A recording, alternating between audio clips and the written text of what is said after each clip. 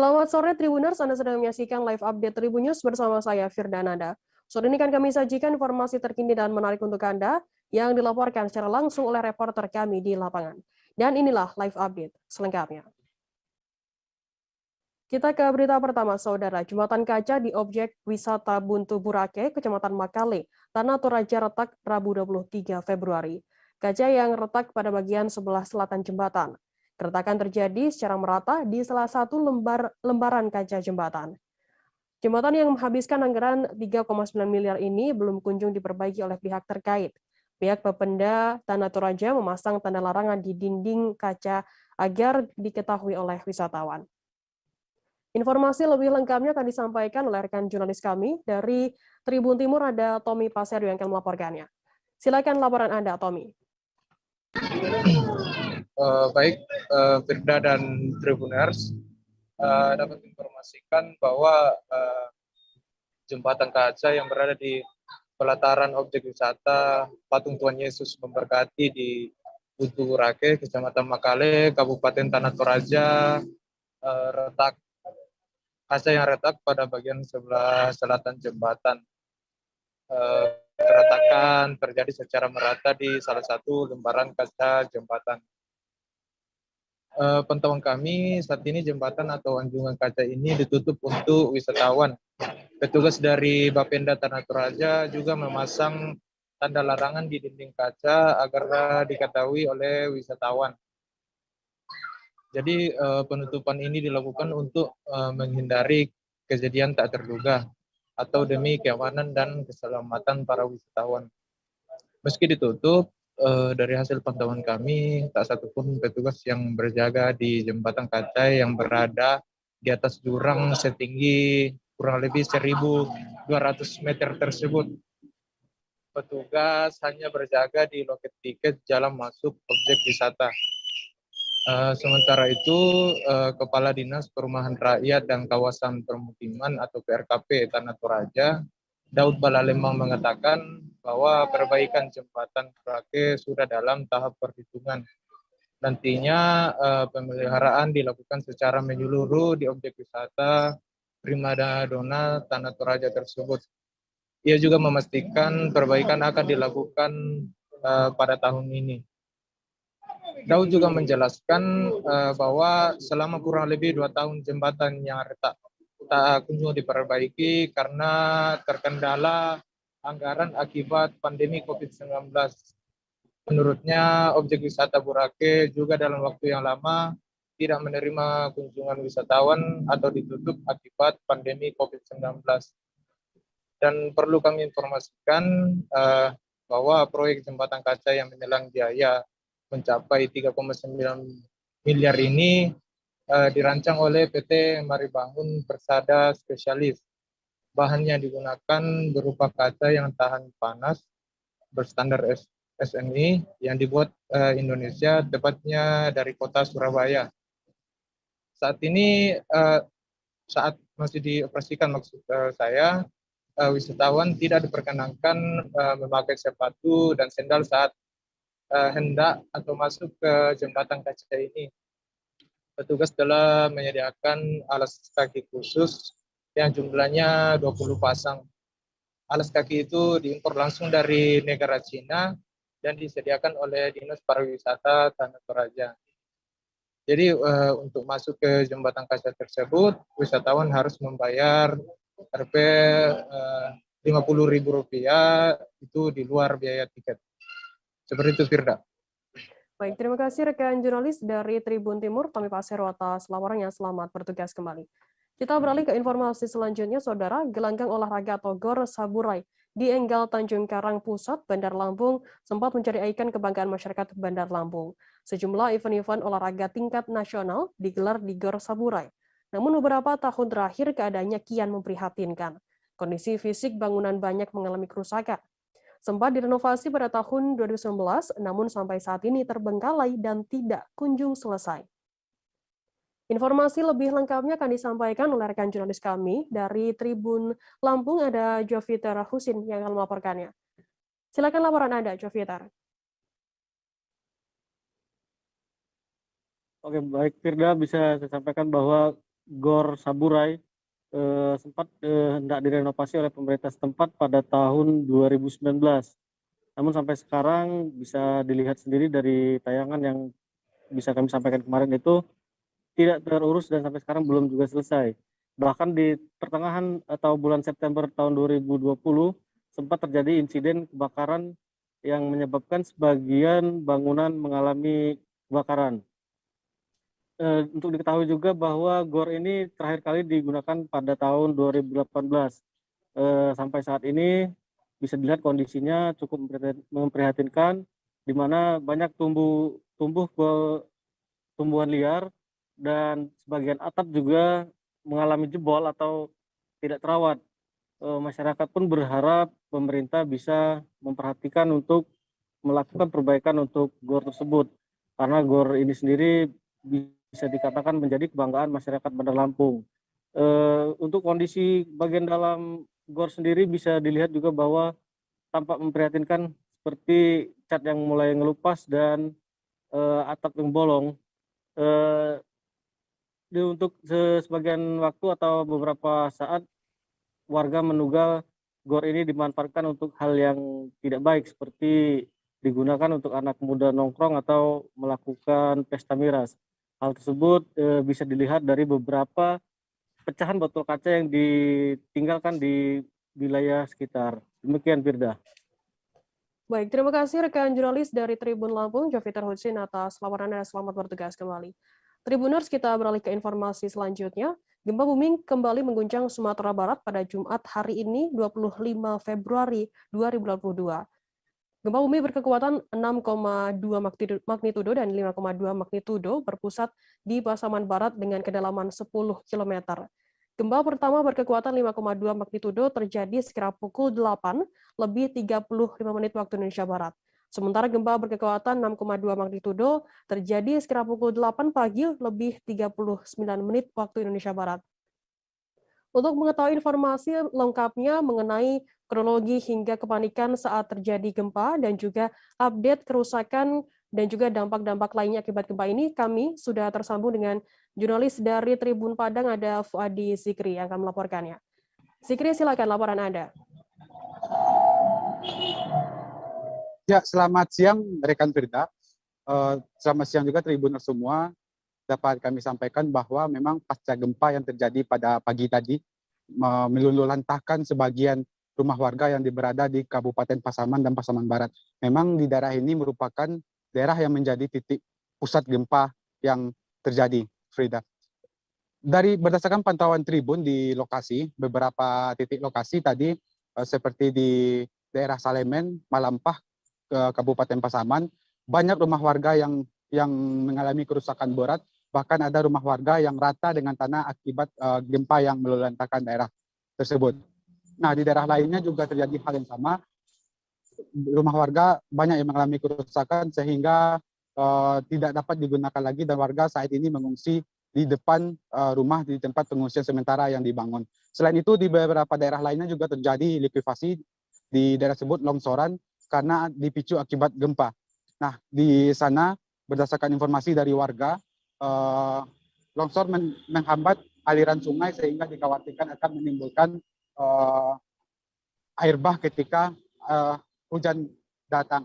Untuk korban sendiri, rekan Frida, saat ini berdasarkan informasi dari BPBD setempat, terdapat 5 orang warga yang meninggal tertimpa reruntuhan serta puluhan warga yang mengalami luka ringan hingga mengalami luka berat. Dari beberapa yang mengalami luka berat itu, saat ini juga sudah ada yang dirujuk ke rumah sakit RSUD yang berada di pusat kabupaten. Hingga saat ini, rekan Frida, pemerintah masih melakukan pendataan terhadap rumah-rumah yang terdampak gempa ini. Berdasarkan informasi dari BPBD, ada ratusan rumah warga yang memang terdampak kerusakan akibat gempa ini. Untuk kebutuhan masyarakat sendiri saat ini, Frida, adalah pasokan listrik yang memang di lokasi saat ini sedang padam sejak gempa tersebut terjadi. Kemudian warga juga berharap adanya air bersih untuk konsumsi harian dan juga terpal sebagai tempat pengungsian. Memang saat ini warga hanya menggunakan tempat-tempat sisa dari perkebunan yang dibangun untuk tempat berteduh di luar rumah. Demikian Frida dapat disampaikan.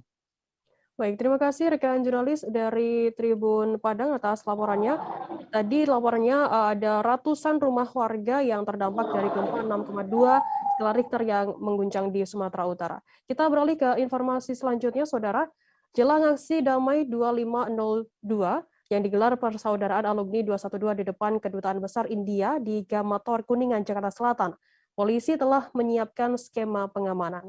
Sekitar 400 personel gabungan dikerahkan untuk mengamankan aksi yang bertema solidaritas untuk Muslim India tersebut. Aksi itu akan diikuti sejumlah komponen, diantaranya GNPF Ulama Front Persaudaraan Islam dan Spirit 212. Informasi lebih lengkapnya akan disampaikan oleh rekan jurnalis kami dari tribunnews.com, ada Fahdi Fahlevi di sana. Silakan laporan Anda, Fahdi. Ya, Firda. Ya, tadi masa aksi damai 2502 menggelar aksi di depan Kedutaan Besar India yang berlokasi di Gama Tower, kawasan Kuningan, Jakarta. Aksi ini bertujuan mengecam langkah pemerintah India yang melarang pemakaian hijab di lembaga pendidikan. Aksi ini dimotori oleh Persaudaraan Alumni 212, GNPF Ulama, FPI, dan beberapa ormas Islam lainnya. Tadi aksi dilaksanakan dimulai setelah sholat Jumat. Sekitar 1.000 massa tadi memadati depan Gedung Gama dan sempat menyebabkan kemacetan di kawasan Kuningan. Massa juga tadi sempat mencoba untuk bertemu dengan perwakilan dari Kedubes India, namun gagal begitu. Di akhir aksi tadi massa sempat membacakan pernyataan sikap, yaitu mengecam keras perlakuan negara India yang tidak menghormati hak asasi manusia Muslim India, terutama hak menjalankan agama. Lalu mengutuk keras pembiaran negara atas kekerasan sistematis yang dilakukan oleh kelompok ekstremis terhadap Muslim India. Kemudian massa juga meminta kepada komunitas internasional untuk tidak berdiam diri dengan bersikap tegas, lalu memberikan sanksi kepada India demi mencegah terjadinya genosida. Selanjutnya, massa juga meminta kepada Organisasi Kerjasama Islam atau OKI untuk menyelenggarakan sidang darurat atas kondisi yang menimpa umat Islam India. Kemudian, massa juga meminta kepada pemerintah Indonesia sebagai negara mayoritas Muslim terbesar untuk peduli dan tidak berdiam diri atas pelanggaran hak asasi manusia yang menimpa Muslim India. Terakhir, massa tadi menyerukan kepada seluruh umat Islam, terkhusus umat Islam Indonesia, secara aktif mengerahkan upaya untuk membantu saudara Muslim di India. Demikian, Firda. Baik, terima kasih rekan jurnalis dari tribunnews.com, Fahdi Fahlevi, atas laporannya. Selamat bertugas kembali. Tribuners, kita akan jeda sejenak, tetaplah di Live Update. Oke, apa kabar Bang Arifki di sini untuk strateginya? Kalau saya sendiri di Gimik 37 ini yang semalam baru mulai, saya udah Kopernika. Sebenarnya aku nggak ngerasa itu penangkapan atau penggerbegan atau apapun itu. Karena gitu, posisinya aku kriteria. Jadi kita mengenal disebut dengan stroke yang tidak berdarah dengan stroke yang berdarah. Stroke yang tidak berdarah itu biasanya ditandai dengan adanya penyumbatan. Kalau itu terjadi di sini mungkin pikirnya tidak ke situ kali ya, tapi kalau di Korea atau di Kamboja itu ada beberapa paper yang saya itu mas, ya, dulunya tukang koran. Oh gitu ya, tukang koran. Ya, saya baca itu Pak. Tuh kan, pernah baca kan? Ya. Jadi kalau saya jadi pangdam itu udah bersyukur banget. Si anak ini dijadikan sebagai tersangka begitu. Ya, kalau ini kita bicara yang di luar kasus Sebongombol ya. Dengan nama hujan shower, di mana terdapat batas jelas antara daerah hujan dan tidak hujan yang biasanya terjadi pada fase awal mature stage atau tahap berbahaya itu Kang. Jadi mulai artinya terjadinya perlembekan. Nah itu untuk penetrasi akan sulit. Gitu ya. Dok, saya ini menurut saya memang tidak mudah, bukan urusan tanah diambil. Kalau misalnya Amerika Serikat sekarang, Rasulullah mengatakan dalam sebuah hadis bahwa berpuasa di 6 hari Syawal itu. Oke, apa kabar Bang Arifki di sini untuk strateginya? Kalau saya sendiri di Jumik 37 ini yang semalam baru mulai, saya udah pasti. Sebenarnya aku nggak ngerasa itu penangkapan atau penggerebegan atau apapun itu. Karena gini loh, posisinya aku kriteria. Jadi kita mengenal disebut dengan stroke yang tidak berdarah dengan stroke yang berdarah. Stroke yang tidak berdarah itu biasanya ditandai dengan adanya penyumbatan. Kalau itu terjadi di sini mungkin pikirnya tidak ke situ kali ya, tapi kalau di Korea atau di Kamboja itu ada beberapa paper yang Saya itu Mas, dulunya tukang koran. Oh gitu ya. Tukang koran. Ya, saya baca itu Pak. Tuh kan, pernah baca kan? Jadi kalau saya jadi Pangdam, itu udah bersyukur banget. Si anak ini dijadikan sebagai tersangka begitu. Ya, kalau ini kita bicara yang di luar kasus Sebong Ombo ya. Dikenal dengan nama hujan shower, di mana terdapat batas jelas antara daerah hujan dan tidak hujan yang biasanya terjadi pada fase awal mature stage atau tahap Berbahaya dewasa. itu Kang. Jadi mulai artinya terjadinya perlembekan. Nah itu untuk penetrasi akan sulit. Gitu ya. Dok, saya ini menurut saya memang tidak mudah, bukan urusan tanah diambil. Kalau misalnya Amerika Serikat sekarang, Rasulullah mengatakan dalam sebuah hadis bahwa berpuasa di 6 hari Syawal itu. Oke, apa kabar Bang Ariski di sini untuk strateginya? Kalau saya sendiri di Jumik 37 ini yang semalam baru mulai, saya udah pasti. Sebenarnya aku nggak ngerasa itu penangkapan atau penggerebegan atau apapun itu. Karena gini loh, posisinya aku kriteria. Jadi kita mengenal disebut dengan stroke yang tidak berdarah dengan stroke yang berdarah.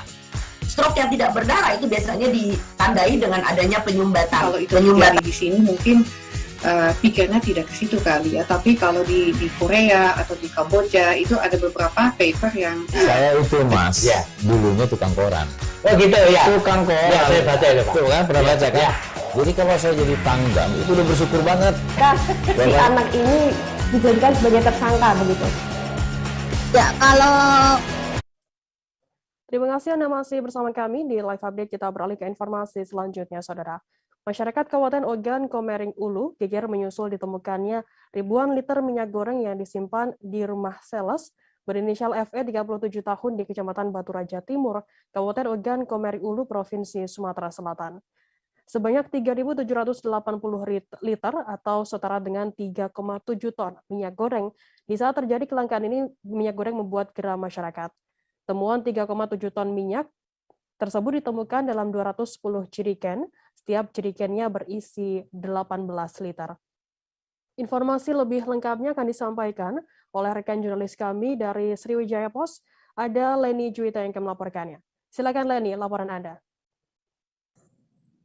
Baik rekan Firda, kita informasikan kepada pemirsa Tribun News bahwa terungkapnya kasus dugaan penimbunan minyak ini menyusul telah dilakukan sidak oleh PLH Bupati Ogan Komering Ulu bersama Kapolres Oku dan aparat terkait. Kemudian di saat sedang dilakukan sidak, lalu ada laporan dari Intel Polres yang menyebutkan ada dugaan penimbunan minyak di salah satu rumah warga di kawasan Jalan Raja Wali. Saat itu aparat sedang melakukan sidak di 4 lokasi distributor minyak goreng resmi. Namun begitu mendapat informasi ada dugaan penimbunan minyak di lokasi yang tidak resmi, bukan gudang, akhirnya Kapolres Oku bersama PLH Bupati Oku dan tim terkait terpadu langsung menuju ke lokasi.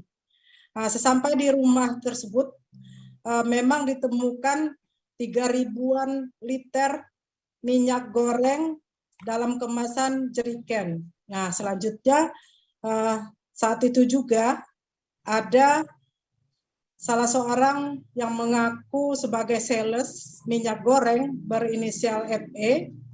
Nah, untuk mengantisipasi terjadinya hal-hal yang tidak diinginkan, sales berinisial SE berikut barang buktinya ribuan liter minyak goreng tersebut langsung diamankan ke Mapolres Oku. Nah, saat ini kasus ini terus didalami dari aparat kepolisian karena di saat ini juga sedang terjadi kelangkaan minyak goreng di Kabupaten Ogan Komering Ulu. Nah, temuan ini menjadi sangat menjadi viral dan masyarakat banyak yang geram di saat orang antri mencari minyak, namun ada ditemukan minyak goreng yang berlimpah yang tidak jelas kemana peruntukannya. Langkah-langkah yang dilakukan polisi adalah dengan memanggil distributor yang didatangkan dari Palembang. Kemudian minyak-minyak goreng tersebut juga sudah diamankan di Mapolres Oku. Saat ini 6 saksi sudah diperiksa.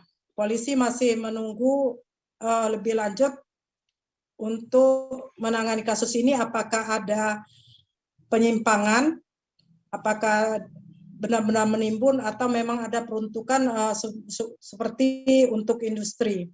Nah, saat ini polisi masih mendalami kasus tersebut. Apabila nanti ditemukan memang barang tersebut ditimbun, maka akan dilakukan proses hukum lebih lanjut. Sebaliknya, apabila tidak ditemukan pelanggaran, maka barang tersebut akan dikembalikan dan segera didistribusikan sesuai peruntukannya. Begitu, rekan Firda. Baik, terima kasih rekan jurnalis dari Sriwijaya Post, Leni Juwita atas laporannya. Dan tadi Tribuners, Leni juga sudah menghimpun keterangan dari PLH Bupati Oku, Dr. Andes Haji Edward Chandra, dan juga Kapolres Oku AKBP Danu Agus Purnomo. Berikut liputannya untuk Anda.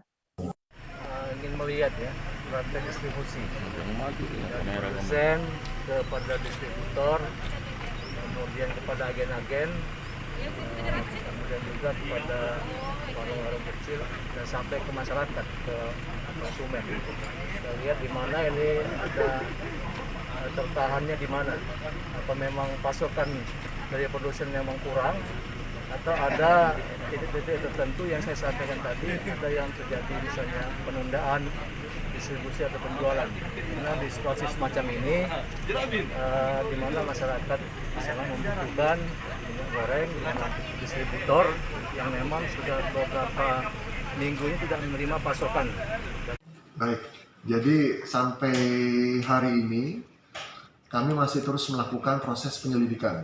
Jadi penyelidikan ini masih belum selesai dan kami juga belum menetapkan pihak-pihak yang akan menjadi tersangka pada kasus ini. Kita berupaya untuk mengklarifikasi bahwa minyak goreng yang kita temukan di salah satu rumah penduduk ini apakah memang sesuai peruntukannya atau tidak.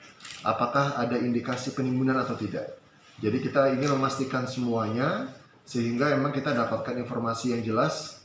Dan apabila memang ternyata atau ada indikasi pelanggaran atau tindak pidana berupa penimbunan sembako atau saat ini minyak goreng sedang langka tersebut, maka kami akan laksanakan tindakan sesuai dengan ketentuan yang berlaku. Ada pelanggaran, bagaimana sikap kita?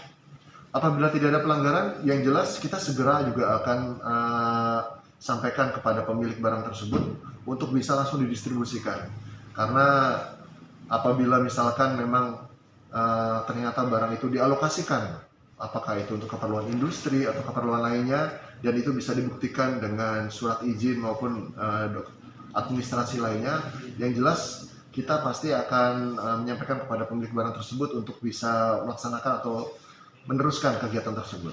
Ini cepat tuntas. Pihak kepolisian sendiri apakah ada targetan gitu berapa lama bisa mengungkap kasus ini? Yang jelas sesegera mungkin. Tadi kami sudah jelaskan bahwa kami telah memanggil dalam hal ini kita mengundang pemilik dari minyak tersebut, kemudian juga kami juga mengambil keterangan dari ada 2 orang tenaga buruh yang membantu untuk memindahkan. Kemudian juga beberapa masyarakat yang sudah membeli, kita berupaya untuk cari informasi di situ. Kemudian kita juga akan mengecek. Kita akan berupaya untuk mengambil keterangan dari pemilik barang atau distributor yang mengirim barang tersebut dari Palembang. Percepatan vaksinasi COVID-19 di wilayah Kabupaten Kepulauan Talaut terus digenjot. Polres Talaut optimis bisa memenuhi target yang diminta, yakni 80%. Saat ini untuk data capaian vaksin COVID-19 untuk tahap pertama sudah memenuhi target. Sementara untuk tahap kedua saat ini sudah mencapai 80%, mendekati capaian target vaksinasi. Informasi lebih lengkapnya akan disampaikan oleh rekan jurnalis kami. Dari Tribun Manado ada Ivan Mamentiwalo yang akan melaporkannya. Silakan laporan Anda, Ivan. Ya, baiklah rekan Firda. Oke. Saat ini saya melaporkan dari Kabupaten Kepulauan Talaut di mana pihak Polres telah melaksanakan vaksinasi kepada warga di perbatasan saat ini. Jadi pencapaian vaksinasi saat ini Kabupaten Kepulauan Talaut itu hampir mendekati 80% dan artinya sudah akan mendekati target yang akan diberikan yang sudah diberikan oleh pemerintah. Jadi pemerintah saat ini terus menghimbau kepada warga, ya terutama warga di perbatasan untuk tetap melakukan vaksinasi karena vaksinasi dinilai aman bagi warga dan jangan terpengaruh dengan berita-berita hoax seperti itu, Firda. Ya. Baik, terima kasih rekan jurnalis dari Tribun Manado, Ivan, atas laporan Anda. Dan tadi Tribuners, Ivan juga sudah menghimpun keterangan dari Wakapolres Talaut, Kompol Demetrius Lariwo. Berikut liputannya untuk Anda. Jadi sesuai rilis yang dari provinsi yang kami terima, bahwa untuk Kabupaten Talaut sekarang sudah level 3, PPKM level 3.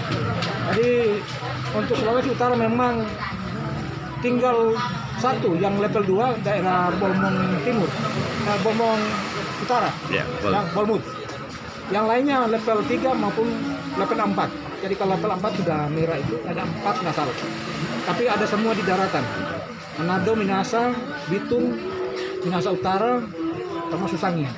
Tapi kita di sini masih level 3. Untuk pengamanan Pak di di pintu-pintu masuk atau seperti apa? Ya sekarang lagi digencar ini. Jadi untuk khusus para penumpang kapal laut, jadi sudah ada petugas yang vaksin ketika para penumpang yang berangkat ke Manado atau tempat yang lain kalau belum vaksin akan dilayani di pelabuhan. Itu setiap hari kapal, hari Selasa, Kamis dengan Sabtu. Pelaksanaan vaksinasi anak usia 6 hingga 11 tahun terus digencarkan di Kabupaten Tabalong, Kalimantan Selatan. Selain pemerintah Kabupaten Tabalong melalui Dinas Kesehatan setempat, vaksinasi juga didukung oleh Kodim 1008 Tabalong dan Polres Tabalong. Seperti dalam pelaksanaan yang dilakukan oleh jajaran Polres Tabalong pada Kamis 24 Februari di Pendopo Bersinar, Kelurahan Pembataan, Kecamatan Murung Pundak, Kabupaten Tabalong, Kalimantan Selatan. Vaksinasi bagi anak usia 6 hingga 11 tahun ini juga bertepatan pemantauan yang dilakukan oleh Kapolri secara virtual melalui video conference. Informasi lebih lengkapnya akan disampaikan oleh rekan jurnalis kami dari Banjarmasin Pos, ada Doni Usman yang akan melaporkannya. Silakan Doni, laporan Anda. Baik rekan Firda dan Tribuners, dapat saya laporkan semenjak dicanangkannya vaksinasi anak usia 6 sampai 11 tahun di Kabupaten Tabalong, Provinsi Kalimantan Selatan pada 13 Januari 2022 yang lalu oleh Bupati Tabalong Haji Anang Sahfiani, kegiatan vaksinasi anak ini terus digencarkan bersamaan dengan vaksin bagi sasaran lainnya. Dalam upaya percepatan cakupan vaksinasi ini, pemerintah Kabupaten Tabalong memang mendapat dukungan penuh dari Kodim 1008 Tabalong dan jajaran Polres Tabalong, di mana vaksinasi anak ini ada yang diselenggarakan di sekolah masing-masing, kemudian juga ada yang dipusatkan di lokasi-lokasi tertentu, seperti yang dilaksanakan di Pendopo Bersinar, Kelurahan Pembataan, Kecamatan Murung Pundak pada Kamis 24 Februari 2022, di mana pelaksanaan vaksinasi anak dilaksanakan oleh Polres Tabalong bekerja sama dengan vaksinator dari RSUD Haji Usman Dundrung Tanjung. Nah, pelaksanaan kali ini menjadi rangkaian video conference jajaran Polres Tabalong dengan Kapolri, dan pada pelaksanaan vaksinasi di Pendopo, sasaran yang ditarget ada 134 orang pelajar dari sekolah dasar dengan pelayanan untuk suntikan dosis pertama dan juga dosis kedua. Pelaksanaan vaksinasi ini juga nampak sangat menarik perhatian masyarakat karena sejak pagi orang tua bersama anak-anak sudah datang ke pendopo bersinar untuk mengikuti vaksinasi. Dan menariknya dalam vaksinasi ini anak-anak juga diberi bingkisan setelah menjalani suntikan baik dosis pertama dan dosis kedua. Dapat saya informasikan juga semenjak dicanangkan 13 Januari 2022 yang lalu, cakupan vaksinasi anak hingga kemarin atau kurang lebih 1 bulan lebih, dari sasaran 27.525 orang anak yang sudah mendapat dosis pertama ada 13.333 orang atau 48,4%, dan yang sudah mendapatkan dosis kedua ada 2.100 orang atau 7,6%. Begitu rekan Firda. Baik, terima kasih rekan jurnalis dari Banjarmasin Post, Doni Usman atas laporannya. Dan tadi Tribuners, jurnalis kami juga sudah menghimpun keterangan dari Kapolsek Murung Pudak, AKP Samsul Suargana. Berikut liputannya untuk Anda. Vaksinasi yang ke-1 dan kedua untuk anak-anak usia 6 sampai 11 tahun. Untuk sasarannya ini ada anak-anak dari SDN Negeri 1 Pembataan dan juga ada beberapa warga yang memang ikut bervaksin di sini. Oh, siap. Untuk jumlah sasaran hari ini saya mengirim sebanyak 134 sasaran. Nah, dari anak usia 6 sampai 11. Jenis vaksinnya kan? Untuk jenis vaksin yang digunakan, karena ini vaksin terhadap anak-anak, jadi menggunakan vaksin Sinovac. Selain di sini, kami dari Polsek Murung Pudak juga bekerja sama dengan PKM Mabuun. Hari ini juga melaksanakan vaksinasi dengan menggunakan vaksin Polri, yaitu vaksin AstraZeneca yang dilaksanakan di workshop PT RTP Maburay. Untuk sasaran kurang lebih 83 sasaran sampai 100 sasaran. Adapun vaksin yang diberikan ini adalah vaksin yang ketiga, yaitu booster dengan vaksin AstraZeneca. Kerjasamanya dengan Puskesmas mana dan yang kalau dengan Puskesmas Mabuun. Oh, Mabuun, siap. Vaksin yang digunakan adalah vaksin Polri AstraZeneca. Karena kemarin kami dapat vaksin drop dari Polda untuk PKM Mabuun 300 dosis. Nah, ini mudah-mudahan kami bisa menghabiskan dari 300 dosis yang di Mabuun ataupun 300 dosis yang ada di PKM Murung Pudak. Dan kalau boleh tahu mungkin sampean ingat capaian untuk Kecamatan Murung Pudak sendiri vaksinasinya berapa dan perkiraan? Kalau secara persentasi sudah mencapai sekitar 89, hampir ke 90 dan Media sosial Facebook di Kota Manado kini dihebohkan dengan adanya postingan Keisha Rugian, di mana dalam postingannya Keisha menulis saudaranya menjadi korban panah wayar di wilayah Kepolisian Wenang, Polresta Manado. Peristiwa tersebut terjadi di Jalan Sarapung, Wenang pada Rabu 23 Februari, sekira pukul 1 dini hari. Korban diketahui merupakan seorang perempuan bernama Melisa Pangemanan, 22 tahun, warga Kombos Timur, Singkil, Manado. Informasi lebih lengkapnya akan disampaikan oleh rekan jurnalis kami dari Tribun Manado, ada Fistel Muguan. Silakan laporan Anda, Fistel. Ya, terima kasih rekan Firda dan selamat sore Tribuners. Memang untuk kejadian panah wayar ini yang mengenai seorang perempuan yang mengenai bagian kepala sebelah pipi sebelah kanan korban, yaitu Melisa Pangemanan. Hal itu terjadi pada hari Rabu 23 Februari 2022 sekitar pukul 1 pagi atau subuh. Nah, dengan begitu saudara dari atau tante dari korban ini melakukan status di Facebook dan Facebook media sosial di Kota Manado khususnya viral dengan adanya korban akibat panah wayar ini. Nah, setelah itu dari pihak korban melakukan pelaporan ke Polsek Wenang karena kejadian tersebut terjadi di wilayah Kepolisian Wenang. Nah, menindaklanjuti laporan tersebut, tim Resmob dan Opsnal dari Polresta Manado langsung melakukan penyelidikan dan usai melakukan penyelidikan mereka langsung memburu para pelaku. Nah, dan ternyata dari hasil yang kami peroleh dari press conference dari Polresta Manado yang disampaikan langsung oleh Kasat Reskrim Polresta Manado Taufik Arifin yang didampingi langsung oleh Kasih Humas Ibtu Sumardi. Nah, dalam press conference ini Kasat Reskrim menjelaskan memang kronologinya mereka ada 6 orang yang mengendarai 2 sepeda motor, jadi masing-masing 1 sepeda motor 3 orang. Nah, motif dari pelaku ini ternyata ada dendam. Nah, dari pelaku, dari pengotak ini, salah satu pengotak ini pelaku ada dendam ke inisial N, tidak dijelaskan secara langsung oleh Kasat Reskrim, tapi dari pelaku ada dendam ke inisial N. Dan dari ke-6 pelaku ini dengan 2 motor saat malam hari mereka ketahui N sering nongkrong di lokasi kejadian atau di TKP. Nah, hanya dari motor dari salah satu pemeran utama yang menggunakan ini panawire, dia hanya melakukan target di sekumpulan orang, ternyata mengenai atau salah sasaran, tidak mengenai target mereka yaitu N, malahan hanya mengenai korban di bagian pipi. Nah, dengan mendapat informasi dari 6 orang pelaku ini dari tim Resmob dipimpin Kanit Resmob secara langsung, mereka menangkap 3 orang, yang 2 orang ditangkap di Karombasan, sedangkan yang 1 ditangkap sedang mengendarai angkot karena 1 pekerjaannya sopir angkutan kota.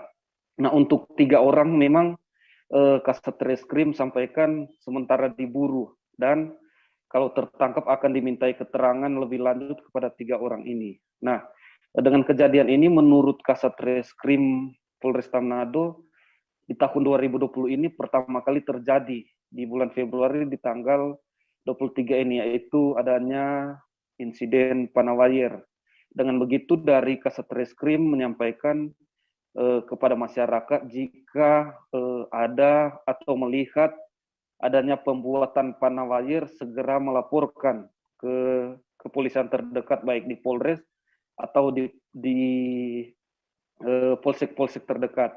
Nah, sedangkan korban sendiri saat ini masih dirawat di RS Bayangkara yang ada di Kota Manado. Korban sendiri sudah dikunjungi langsung oleh Kapolda Sulawesi Utara dan semua biaya dari operasi korban ini ditanggung oleh kepolisian Polda Sulut, dan saat ini korban sementara pemulihan di RS Bayangkara Kota Manado. Jadi dari 3 orang ini Tribuners masih diburu oleh kepolisian Polresta Manado yang masih buron akan dimintai keterangan lebih lanjut. Demikian rekan Firda. Baik, terima kasih rekan jurnalis dari Tribun sana dan selamat bertugas kembali. Tribuners, kita akan jeda sejenak, tetaplah di live update. Oke, apa kabar Bang Ariski di sini untuk strateginya? Kalau saya sendiri di Jumit 37 ini yang semalam baru mulai, saya udah sebenarnya aku nggak ngerasa itu penangkapan atau penggerbegan atau apapun itu, karena gitu posisinya aku kriteria. Jadi kita mengenal disebut dengan stroke yang tidak berdarah dengan stroke yang berdarah. Stroke yang tidak berdarah itu biasanya ditandai dengan adanya penyumbatan. Kalau itu terjadi di sini mungkin pikirnya tidak ke situ kali ya, tapi kalau di Korea atau di Kamboja itu ada beberapa paper yang saya itu Mas, ya, dulunya tukang koran. Oh gitu ya. Tukang koran. Ya, saya baca ya, Pak. Tuh kan pernah baca kan? Ya. Jadi kalau saya jadi pangdam itu udah bersyukur banget. Si anak ini dijadikan sebagai tersangka begitu. Ya, kalau ini kita bicara yang di luar kasus Sebongombo ya. Dengan nama hujan shower, di mana terdapat batas jelas antara daerah hujan dan tidak hujan yang biasanya terjadi pada fase awal mature stage atau tahap bahaya dewasa. itu Kang. Jadi mulai artinya terjadinya perlembekan. Nah itu untuk penetrasi akan sulit. Gitu ya. Dok, saya ini menurut saya memang tidak mudah, bukan urusan tanah diambil. Kalau misalnya Amerika Serikat sekarang, Rasulullah mengatakan dalam sebuah hadis bahwa berpuasa di 6 hari Syawal itu. Oke, apa kabar Bang Aris di sini untuk strateginya? Kalau saya sendiri di Game Week 37 ini yang semalam baru mulai, saya udah sebenarnya aku nggak ngerasa itu penangkapan atau penggerebegan atau apapun itu, karena gini loh, posisinya aku kriteria. Jadi kita mengenal disebut dengan stroke yang tidak berdarah dengan stroke yang berdarah. Stroke yang tidak berdarah itu biasanya ditandai dengan adanya penyumbatan. Kalau itu terjadi di sini mungkin pikirnya tidak ke situ kali ya, tapi kalau di Korea atau di Kamboja itu ada beberapa paper yang saya itu Mas, ya, dulunya tukang koran. Oh gitu ya, Tukang koran. Ya, saya baca ya, Pak. Tuh kan, pernah baca kan? Ya. Jadi kalau saya jadi pangdam itu udah bersyukur banget. Si anak ini dijadikan sebagai tersangka begitu. Ya, kalau ini kita bicara yang di luar kasus Bongombo ya. Dikenal dengan nama hujan shower, di mana terdapat batas jelas antara daerah hujan dan tidak hujan yang biasanya terjadi pada fase awal mature stage atau tahap Berbahaya dewasa. tuh Kang. Jadi mulai artinya terjadinya perlembekan. Nah itu untuk penetrasi akan sulit. Gitu ya. Dok, saya ini menurut saya memang tidak mudah, bukan urusan tanah diambil. Kalau misalnya Amerika Serikat sekarang, Rasulullah mengatakan dalam sebuah hadis bahwa berpuasa di 6 hari Syawal itu. Oke, apa kabar Bang Aris di sini untuk strateginya? Kalau saya sendiri di Game Week 37 ini yang semalam baru mulai, saya udah sebenarnya aku nggak ngerasa itu penangkapan atau penggerebegan atau apapun itu, karena gini loh, posisinya aku kriteria. Jadi kita mengenal disebut dengan stroke yang tidak berdarah dengan stroke yang berdarah. Stroke yang tidak berdarah itu biasanya ditandai dengan adanya penyumbatan. Kalau itu terjadi di sini mungkin pikirnya tidak ke situ kali ya, tapi kalau di Korea atau di Kamboja itu ada beberapa paper yang saya itu Mas, ya, dulunya tukang koran. Oh gitu ya, Tukang koran. Ya, saya baca ya, Pak. Tuh kan, pernah baca kan? Ya. Jadi kalau saya jadi pangdam itu udah bersyukur banget. Si anak ini dijadikan sebagai tersangka begitu. Ya, kalau ini kita bicara yang di luar kasus Bongombo ya. Dikenal dengan nama hujan shower, di mana terdapat batas jelas antara daerah hujan dan tidak hujan yang biasanya terjadi pada fase awal mature stage atau tahap Berbahaya dewasa. tuh Kang. Jadi mulai artinya terjadinya perlembekan. Nah itu untuk penetrasi akan sulit. Gitu ya. Dok, saya ini menurut saya memang tidak mudah, bukan urusan tanah diambil. Kalau misalnya Amerika Serikat sekarang, Rasulullah mengatakan dalam sebuah hadis bahwa berpuasa di 6 hari Syawal itu. Oke, apa kabar Bang Aris di sini untuk strateginya? Kalau saya sendiri di Game Week 37 ini yang semalam baru mulai, saya udah sebenarnya aku nggak ngerasa itu penangkapan atau penggerebegan atau apapun itu, karena gini loh, posisinya aku kriteria. Jadi kita mengenal disebut dengan stroke yang tidak berdarah dengan stroke yang berdarah. Stroke yang tidak berdarah itu biasanya ditandai dengan adanya penyumbatan. Kalau itu terjadi di sini mungkin pikirnya tidak ke situ kali ya, tapi kalau di Korea atau di Kamboja itu ada beberapa paper yang saya itu Mas, ya, dulunya tukang koran. Oh gitu ya, Tukang koran. Ya, saya baca ya, Pak. Tuh kan, pernah baca kan? Ya. Jadi kalau saya jadi pangdam itu udah bersyukur banget. Si anak ini dijadikan sebagai tersangka begitu. Ya, kalau ini kita bicara yang di luar kasus Bongombo ya. Dikenal dengan nama hujan shower, di mana terdapat batas jelas antara daerah hujan dan tidak hujan yang biasanya terjadi pada fase awal mature stage atau tahap Berbahaya dewasa. tuh Kang. Jadi mulai artinya terjadinya perlembekan. Nah itu untuk penetrasi akan sulit. Gitu ya. Dok, saya ini menurut saya memang tidak mudah, bukan urusan tanah diambil. Kalau misalnya Amerika Serikat sekarang, Rasulullah mengatakan dalam sebuah hadis bahwa berpuasa di 6 hari Syawal itu. Oke, apa kabar Bang Aris di sini untuk strateginya? Kalau saya sendiri di Game Week 37 ini yang semalam baru mulai, saya udah Sebenarnya aku nggak ngerasa itu penangkapan atau penggerebegan atau apapun itu. Karena gini loh, posisinya aku kriteria. Jadi kita mengenal disebut dengan stroke yang tidak berdarah dengan stroke yang berdarah. Stroke yang tidak berdarah itu biasanya ditandai dengan adanya penyumbatan. Kalau itu terjadi di sini mungkin pikirnya tidak ke situ kali ya. Tapi kalau di Korea atau di Kamboja itu ada beberapa paper yang Saya itu Mas, dulunya tukang koran. Oh gitu ya. Tukang koran. Ya, saya baca itu Pak. Tuh kan, pernah baca kan? Ya. Jadi kalau saya jadi Pangdam, itu udah bersyukur banget. Si anak ini dijadikan sebagai tersangka begitu. Ya, kalau ini kita bicara yang di luar kasus Sebongombo ya. Dikenal dengan nama hujan shower, di mana terdapat batas jelas antara daerah hujan dan tidak hujan yang biasanya terjadi pada fase awal mature stage atau tahap Berbahaya dewasa. itu Kang. Jadi mulai artinya terjadinya perlembekan. Nah itu untuk penetrasi akan sulit. Gitu ya. Dok, saya ini menurut saya memang tidak mudah, bukan urusan tanah diambil. Kalau misalnya Amerika Serikat sekarang, Rasulullah mengatakan dalam sebuah hadis bahwa berpuasa di 6 hari Syawal itu. Oke, apa kabar Bang Ariski di sini untuk strateginya? Kalau saya sendiri di Game Week 37 ini yang semalam baru mulai, Apa yang saya dirasakan udah Kak Fernita?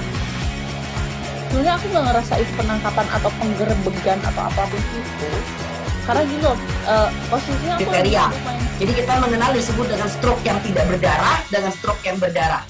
Stroke yang tidak berdarah itu biasanya ditandai dengan adanya penyumbatan. Kalau itu terjadi di sini mungkin pikirnya tidak ke situ kali ya. Tapi kalau di Korea atau di Kamboja itu ada beberapa paper yang saya itu Mas, dulunya tukang koran. Oh gitu ya. Tukang koran. Ya, saya baca itu Pak. Tuh kan, pernah baca kan? Jadi kalau saya jadi Pangdam, itu udah bersyukur banget. Si anak ini dijadikan sebagai tersangka begitu. Ya, kalau ini kita bicara yang di luar kasus Sebongombo ya. Dikenal dengan nama hujan shower, di mana terdapat batas jelas antara daerah hujan dan tidak hujan yang biasanya terjadi pada fase awal mature stage atau. Terima kasih Anda masih bersama kami di live update. Kita beralih ke informasi selanjutnya, Saudara. Dua nelayan asal Kecamatan Bukit Bestari, Kota Tanjung Pinang hilang sejak Kamis 24 Februari. Keduanya yakni Mustafa 42 tahun dan Nur Alam 16 tahun. Tim SAR gabungan mencari dua nelayan yang dilaporkan hilang tersebut. Pencarian terfokus di sekitar perairan Pantai Siambang, Dompak, Kota Tanjung Pinang, Provinsi Kepulauan Riau, Jumat 25 Februari hari ini. Informasi lebih lengkapnya akan disampaikan oleh rekan jurnalis kami dari Tribun Batam, ada Endra Kaputra yang akan melaporkannya. Silakan Endra, laporan Anda. Baik Firda dan sahabat Tribun, dapat dilaporkan memang pada Kamis 24 Februari 2022 kemarin terjadi musibah kecelakaan laut di mana ada dua nelayan yang hilang saat menjaring ikan. Nah, dari laporan yang diterima oleh tim SAR pada kemarin malam itu sudah melakukan pencarian hingga pukul 23.00 waktu Indonesia Barat. Namun kemarin malam belum membuahkan hasil dan tadi pagi di 25 Februari 2022 tim SAR gabungan melanjutkan proses pencarian terhadap dua nelayan tersebut dan pada pukul 08.00 waktu Indonesia Barat satu korban bernama Nur Alam yang berumur 16 tahun berhasil ditemukan dalam keadaan meninggal dunia. Dapat diinformasikan juga Firda dan sahabat Tribun, dua nelayan ini adalah bapak anak dan yang masih ditemukan hingga sampai saat ini adalah anak dari bapak tersebut. Dan bapak dari anak tersebut yang bernama Mustafa yang berumur 41 tahun masih dalam proses pencarian. Tadi kita juga sudah mewawancarai Ketua RW setempat, Bapak Gafar, menyampaikan bahwa memang pada pagi hari pukul 7 pagi itu Bapak anak ini berpamitan dengan keluarganya untuk menjaring ikan. Namun hingga pukul 23.00 waktu Indonesia Barat, Bapak anak ini tidak kunjung pulang dan akhirnya keluarga memutuskan untuk melapor kepada RW setempat hingga melapor kepada tim SAR. Tadi juga kita mewawancarai Kepala Operasi Basarnas Tanjung Pinang, Miswadi juga menyampaikan proses pencarian sampai saat ini masih dilakukan dan masih belum menemukan satu korban lagi. Begitu Firda dan sahabat Tribun. Baik, terima kasih rekan jurnalis dari Tribun Batam, Endra Kaputra atas laporannya. Dan tadi Tribuners Endra juga sudah menyimpulkan keterangan dari Kasih Operasional Basarnas Tanjung Pinang, Miswadi, dan juga Ketua RW Tanjung Siambang, Gafar. Berikut liputannya untuk Anda.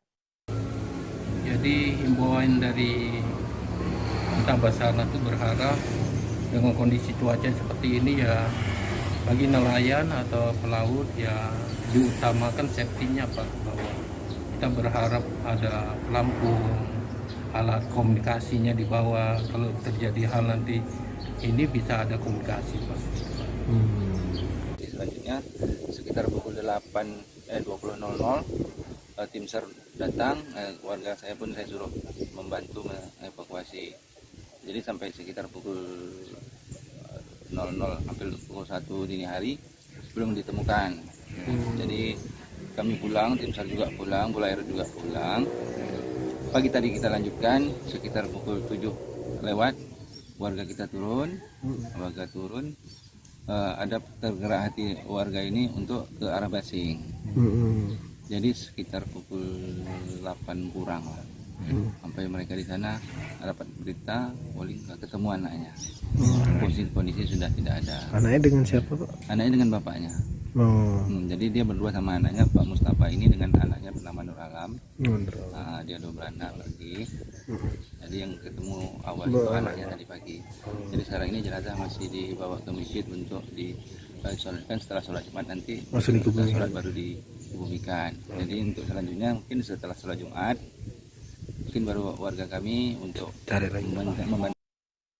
Residivis Eksan Lili Hatta diamankan di Tres Narkoba Polda Maluku karena kedapatan memiliki narkoba sebanyak 32,96 gram. Eksan diamankan di rumahnya di kawasan Karangpanjang, Kota Ambon pada Kamis 3 Februari lalu pukul 1 siang. Kabid Humas Polda Maluku Kombes Pol Emrum Ohoirat mengatakan bahwa tersangka diamankan setelah anggota di Tres Narkoba mendapatkan informasi dan mencoba membuntuti dalam beberapa bulan terakhir. Tersangka mengaku mendapatkan barang haram tersebut dari saudaranya yang berada di Lembaga Pemasyarakatan Cipinang, Jakarta. Informasi lebih lengkapnya akan disampaikan oleh rekan jurnalis kami dari Tribun Ambon, ada Alvin Risanto di sana. Silakan laporan Anda, Alvin. Ya, baik. Terima kasih rekan Firda. Jadi tersangka ini Eksan Lili Hatta ini udah memang dibuntuti oleh pihak Ditres Narkoba Polda Maluku di bulan Januari lalu. Namun pada menurut keterangan dari pihak polisi pada tanggal 27 Januari 2022 ini korban menelpon saudaranya yang berada di dalam LP Cipinang Jakarta yakni OP, dan pada tanggal 28 Januari OP ini langsung mengirimkan barang sabu-sabu ini kepada korban yang kepada pelaku yang berada di Ambon. Dan pada tanggal 3 Februari barang tersebut datang di Ambon melalui salah satu jasa pengiriman barang yakni JNE, dan pada saat itu langsung dilakukan penggerbekan di rumah pelaku. Menurut keterangan polisi di rumah pelaku di Karangpanjang, Kota Ambon, dan pada saat itu ditemukan barang tersebut yang di-packing di dalam sebuah kardus yang di dalamnya terdapat celana panjang yang di mana ada 2 paket bening yang disimpan di dalam celana, dibungkus dalam celana tersebut.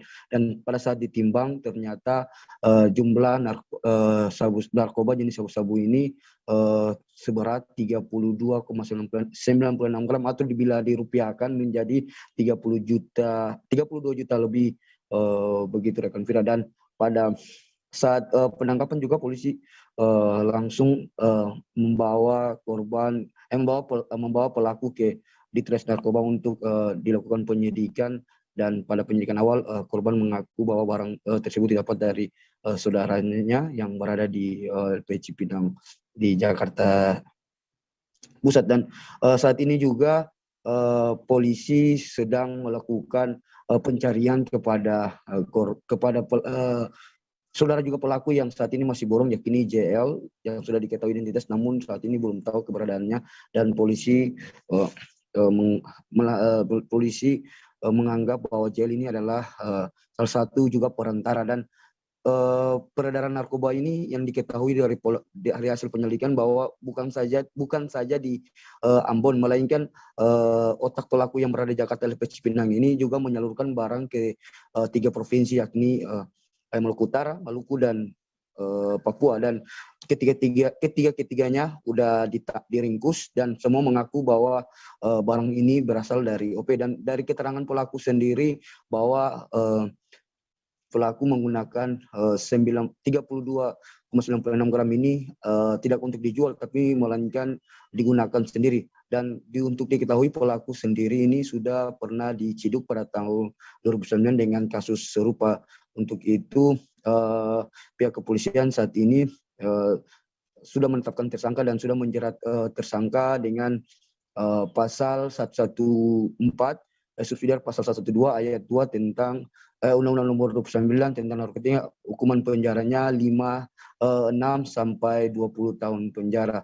Begitu rekan Firda. Baik, terima kasih rekan jurnalis dari Tribun Ambon, Alvin Risanto, atas laporannya. Selamat bertugas kembali.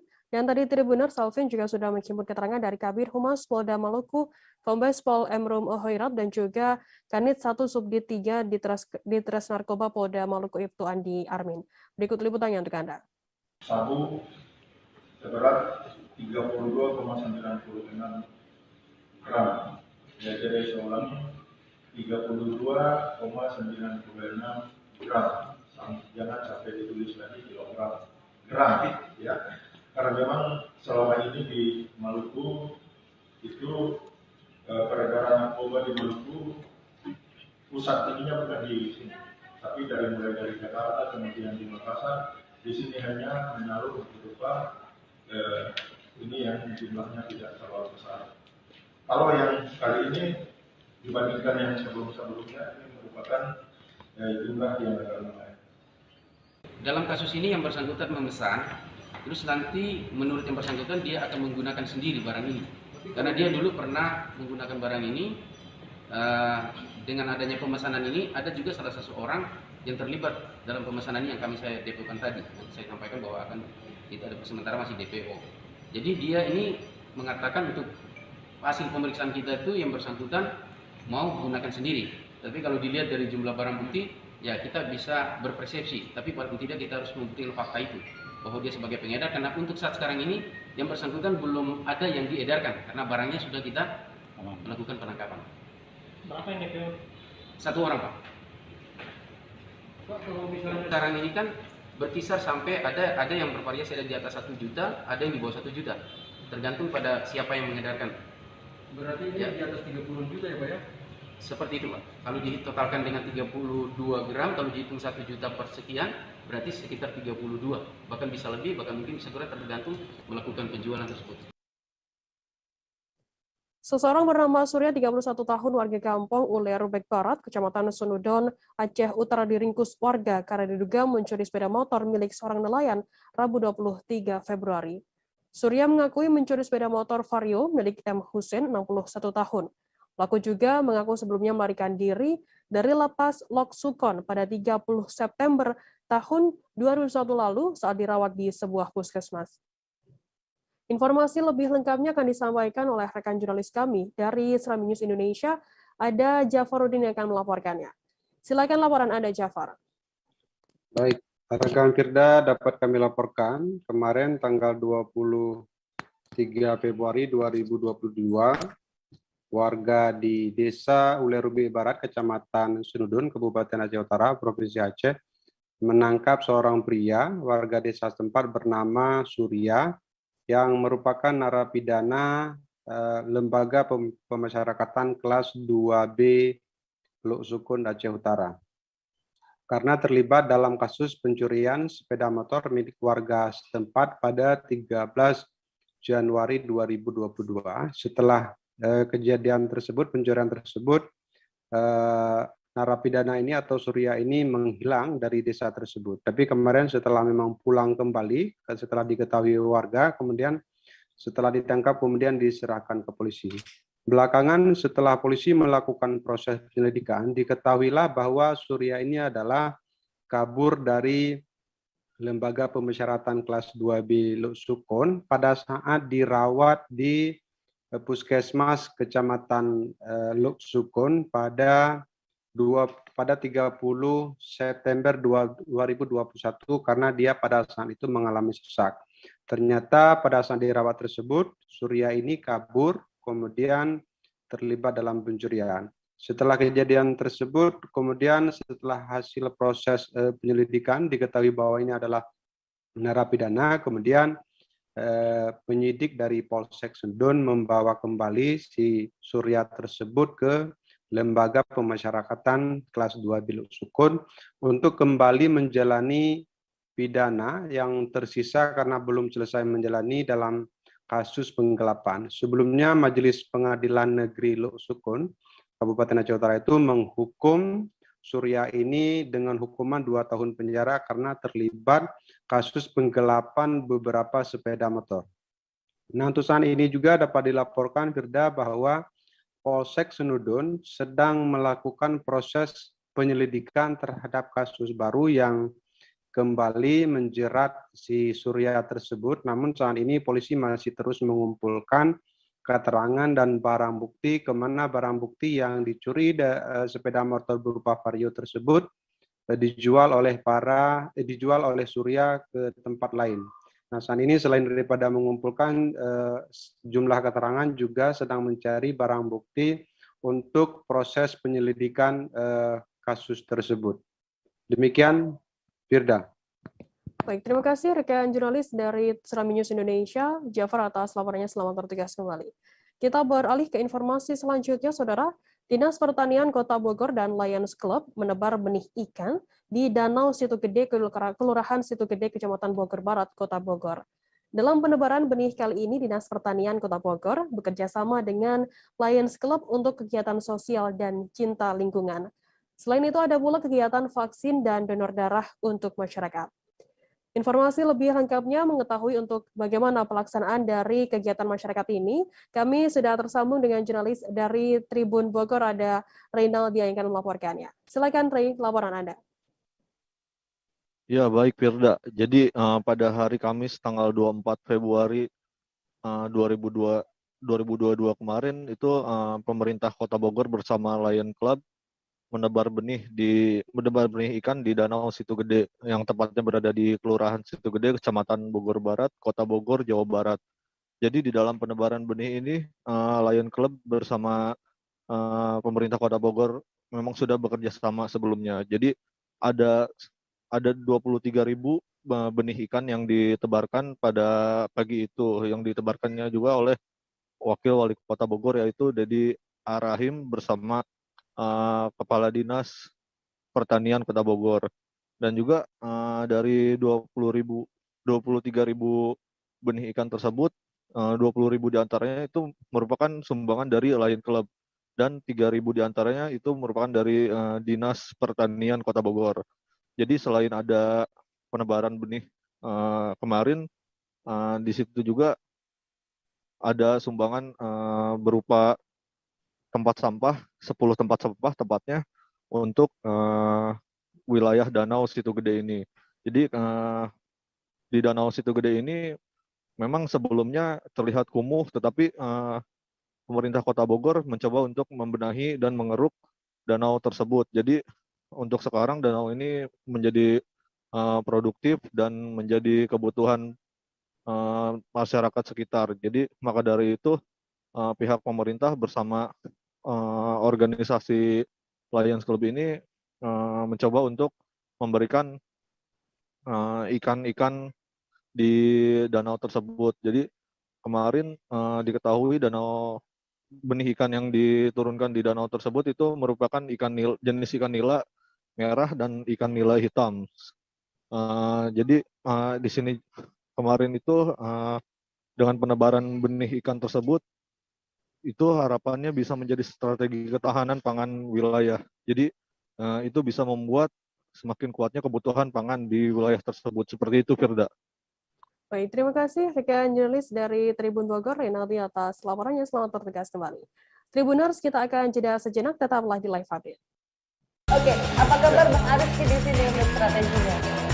Kalau saya sendiri di Game Week 37 ini yang semalam baru mulai, saya udah pasti. Sebenarnya aku nggak ngerasa itu penangkapan atau penggerebegan atau apapun itu. Karena gini loh, posisinya aku kriteria. Jadi kita mengenal disebut dengan stroke yang tidak berdarah dengan stroke yang berdarah. Stroke yang tidak berdarah itu biasanya ditandai dengan adanya penyumbatan. Kalau itu terjadi di sini mungkin pikirnya tidak ke situ kali ya. Tapi kalau di Korea atau di Kamboja itu ada beberapa paper yang saya itu mas, ya dulunya tukang koran. Oh gitu ya. Tukang koran. Ya, saya baca itu Pak. Tuh kan pernah baca kan? Ya. Jadi kalau saya jadi pangdam itu udah bersyukur banget. Si anak ini dijadikan sebagai tersangka begitu. Ya, kalau ini kita bicara yang di luar kasus Sebong Ombo ya. Dengan nama hujan shower, di mana terdapat batas jelas antara daerah hujan dan tidak hujan yang biasanya terjadi pada fase awal mature stage atau tahap berbahaya dewasa. itu Kang.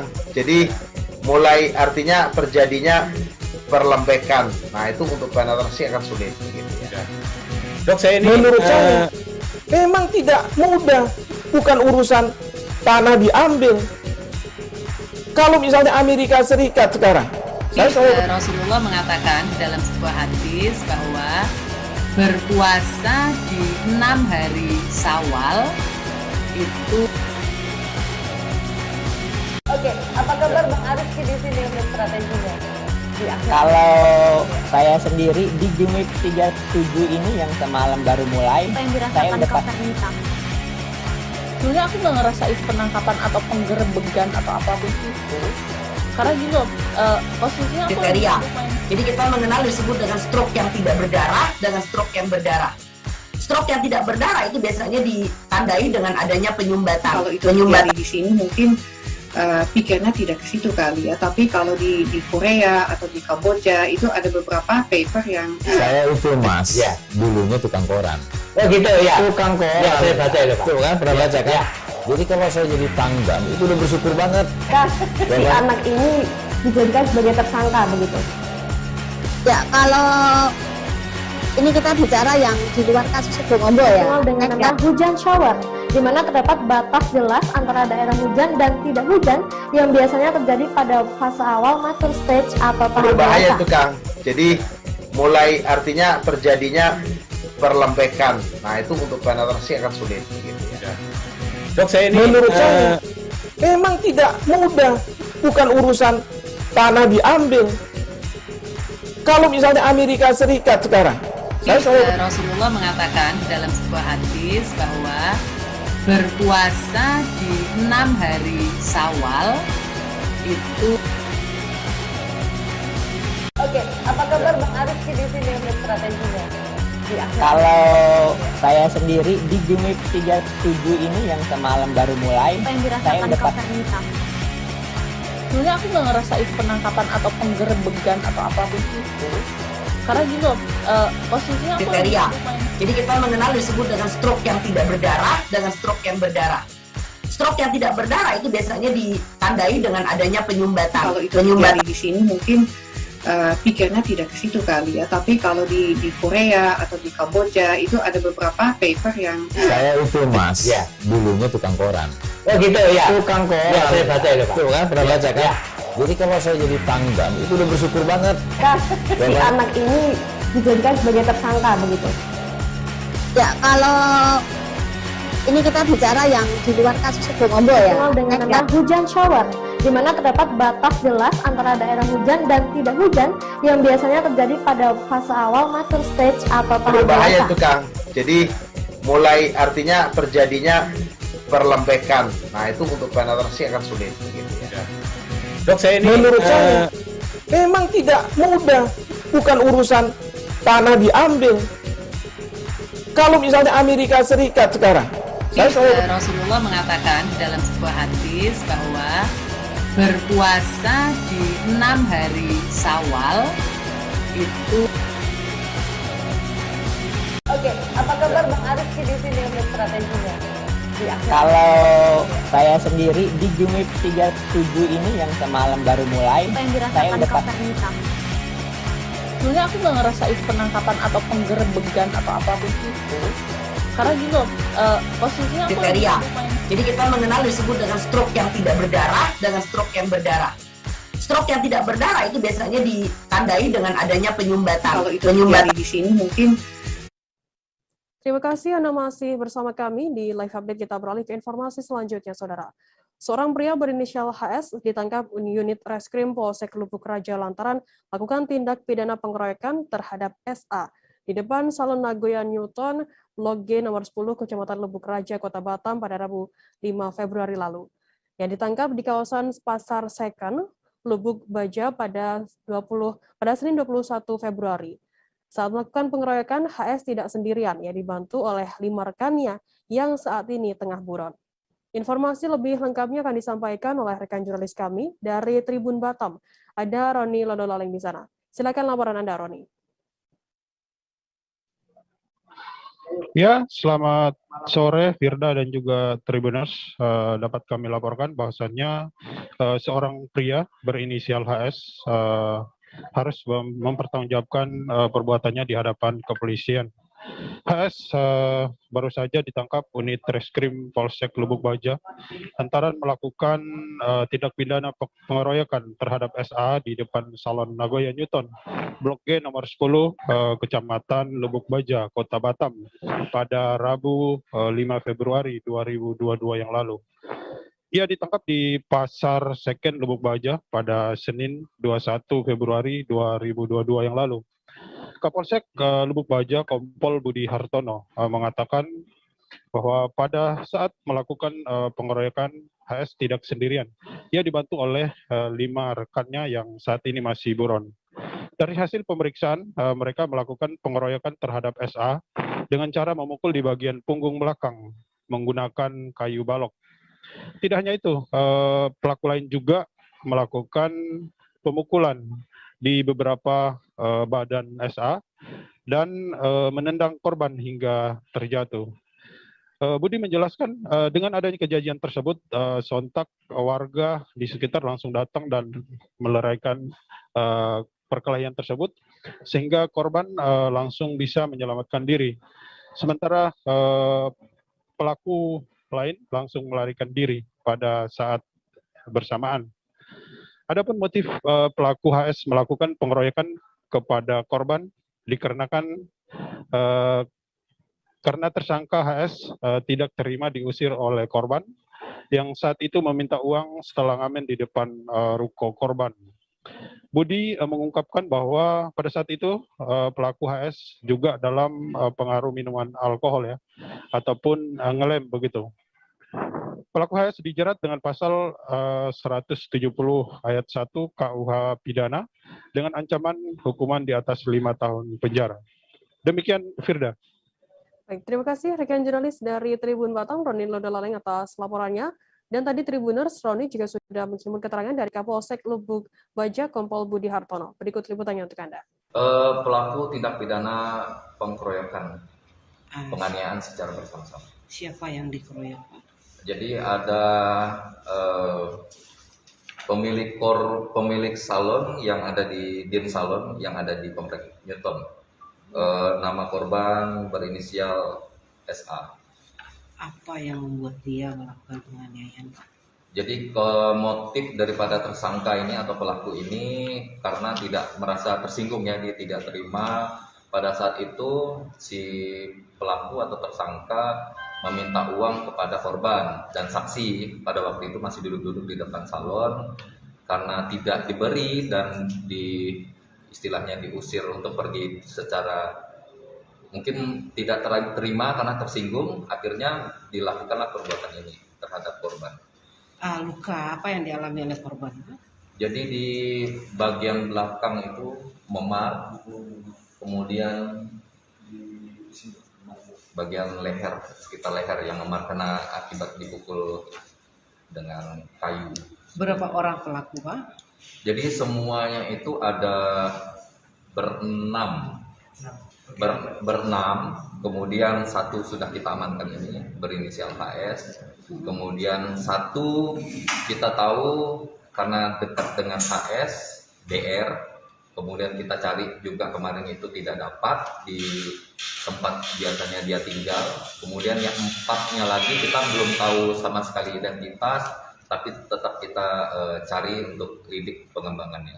Pak, tadi Bapak bilang pelaku dengan pengaruh lem dan minuman alkohol. Artinya dia mabuk lem gitu? Pada waktu itu memang kalau bisa ditanya sama pelaku juga pasti dia tidak akan mengakui, karena pada saat itu saksi-saksi bilangnya pada memang dialah pelakunya. Kemudian memang pada saat itu lagi dalam keadaan mabuk. Waktu dibawa kita tangkap memang dalam keadaan mabuk. Pandemi COVID-19 mengharuskan semua orang beraktivitas di rumah guna mencegah penyebaran dan penularan virus. Tak hanya orang dewasa yang beraktivitas terbatas, anak-anak bahkan tak bisa belajar tatap muka di sekolah dan mengharuskan mereka belajar secara daring. Berangkat dari hal tersebut, komunitas Sekolah Rakyat Bekasi hadir untuk memberikan ruang kepada anak-anak kawasan Teluk Buyung, Bekasi Utara untuk belajar bersama di luar rumah mereka dan menyatu dengan alam. Informasi lebih lengkapnya akan disampaikan oleh rekan jurnalis kami. Dari wartakotalive.com ada Yolanda Putri yang akan melaporkannya. Silakan laporan Anda, Yolanda. Ya baik, selamat sore Firda dan Tribuners. Bahwa memang saat ini, tepatnya 2022, Komunitas Sekolah Rakyat Bekasi ajak anak-anak belajar sekolah alam, di mana komunitas Sekolah Rakyat Bekasi hadir untuk memberikan ruang kepada anak-anak yang memang mengingat pandemi COVID-19, semua anak-anak belajar secara daring. Berangkat dari hal tersebut, makanya relawan dari Sekolah Rakyat Bekasi menghadirkan sekolah alam yang dapat mengajak anak-anak untuk belajar terhadap lingkungan sekitar, begitu Firda. Lalu dengan lahan yang tidak begitu besar, sebanyak 15 orang anak ikut belajar membuat kreativitas baju tie-dye. Relawan Komunitas Sekolah Rakyat Bekasi atau biasa yang dikenal SRB, tadi mengatakan bahwa komunitas ini memang sudah didirikan sejak Oktober 2021. Adapun kegiatan belajar non-formal ini diadakan setiap seminggu sekali, khususnya untuk hari Sabtu, dan dimulai pada jam 4 sore. Untuk relawan yang berpartisipasi dalam komunitas ini, menurut Tari, berasal dari berbagai elemen masyarakat, yakni hadir terdiri dari pekerja, wirausaha, dan juga pelajar. Bahkan rata-rata komunitas ini pun ada yang masih berada di tingkat sekolah menengah atas atau SMA. Selain membuat kreativitas baju tie-dye, Tari bersama relawan lainnya juga mengajarkan anak-anak untuk mengetahui bagaimana cara memilah sampah organik dan non-organik, menyaring air keruh menjadi jernih, dan edukasi reptil. Jumlah anak-anak yang terdaftar di Komunitas Sekolah Rakyat Bekasi ini sekiranya ada 25 anak, namun untuk setiap kegiatannya jumlahnya sangat dinamis. Biaya yang dikeluarkan untuk kegiatan belajar di komunitas ini pun berasal dari usaha para relawan yang membuat sistem pre-order baju dan juga tas. Kendati demikian, Tari saat ini juga bersama relawan lainnya sedang membangun rumah baca apung yang dimananya akan menjadi tempat lebih baik untuk anak-anak di Sekolah Rakyat Bekasi. Pantauan di lokasi, memang sejumlah anak-anak sangat antusias untuk mengikuti kegiatan belajar membuat baju tie-dye, salah satunya yakni Fani. Ia sangat senang belajar di SRB sebab kegiatan belajar di sekolahnya hanya secara daring. Hampir 15 orang anak-anak itu duduk rapi di pondasi rumah baca apung yang baru akan dibangun.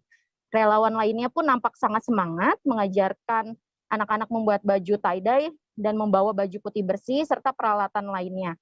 Dengan senyum yang sumringah, anak-anak di kawasan Teluk Buyung ini mengikuti setiap arahan yang diberikan para relawan, saling bercengkrama dan tertawa satu sama lain, membuat belajar di tepi sawah ini terasa sangat asik. Begitu, Firda.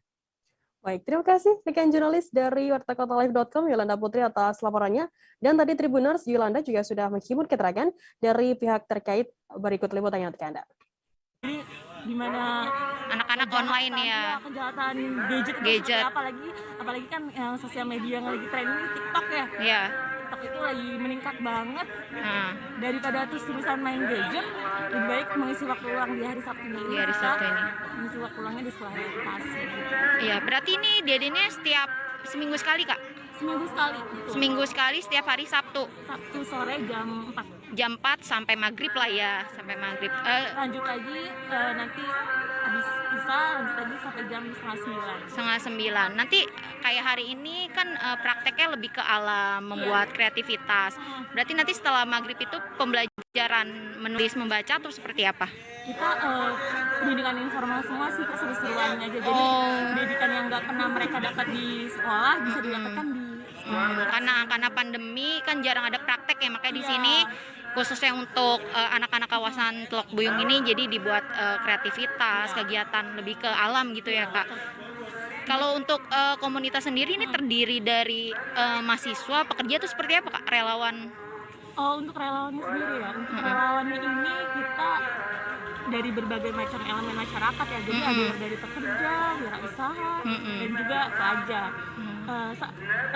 Sekedar informasi mungkin ya, kalau mungkin bisa dilihat rata-rata mungkin komunitas-komunitas kayak gini kebanyakan dari mahasiswa ataupun pekerja, dan ternyata di sekolah rakyat Bekasi ini salah satu relawannya ada yang masih sekolah menengah atas, masih jadi ada yang pelajar juga. Oke, jadi ini terbuka buat siapa saja yang memang ingin mengikuti, berpartisipasi dalam kegiatan menghibur anak-anak di sini ya, Kak. Berarti kegiatannya kan tadi ada membuat tie-dye, terus apa aja, Kak? Biasanya mewarnai, terus apa lagi biasanya?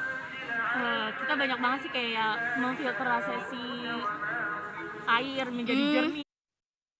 Berwisata sambil memancing terasa menyenangkan ketika dilakukan bersama keluarga. Ada satu tempat pemancingan baru yang juga dibuka untuk destinasi wisata nih Tribuners. Tempat tersebut bernama Villa Pemancingan Raja yang letaknya ada di Tanjung Bintang, Kota Bandar Lampung. Wisata ini belum banyak yang tahu sebab baru soft opening kali ini. Nah, untuk mengetahui bagaimana deskripsi dari wisata yang baru ini, kami sudah tersambung dengan jurnalis dari Tribun Lampung, ada Agustina Suryati di sana. Silakan laporan Anda, Agustina. Ya, baik, terima kasih rekan Firda.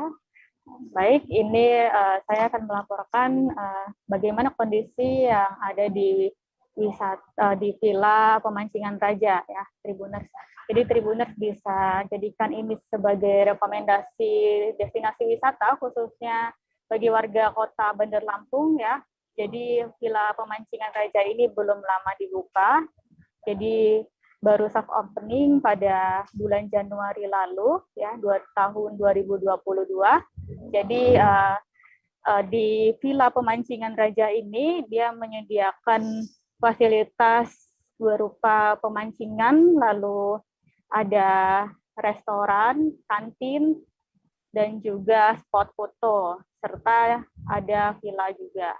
Jadi selain bisa memancing, jadi wisatawan bisa bersuah foto di sana dan juga bisa bersantai di sebuah cottage ya, juga bisa makan di kantin. Jadi bagi Tribuners yang ingin tahu berapa tiket masuknya, itu tiket masuknya dibanderol sekira 10.000 ya untuk sekali masuk. Lalu untuk bagi wisatawan yang ingin mancing, di situ dihargai 40.000 per 3 jam ya. Jadi wisatawan bisa sepuasnya mancing di situ selama 3 jam, itu tidak dihitung per kilonya, bergantung berapa banyak jenis ikan yang didapat. Selain itu, ikan yang didapat juga bisa langsung dimasak di dapur yang ada dekat pemancingan tersebut. Jadi wisatawan tidak perlu membayar makanannya lagi, hanya perlu membayar biaya bumbu dan juga hanya membayar nasinya saja.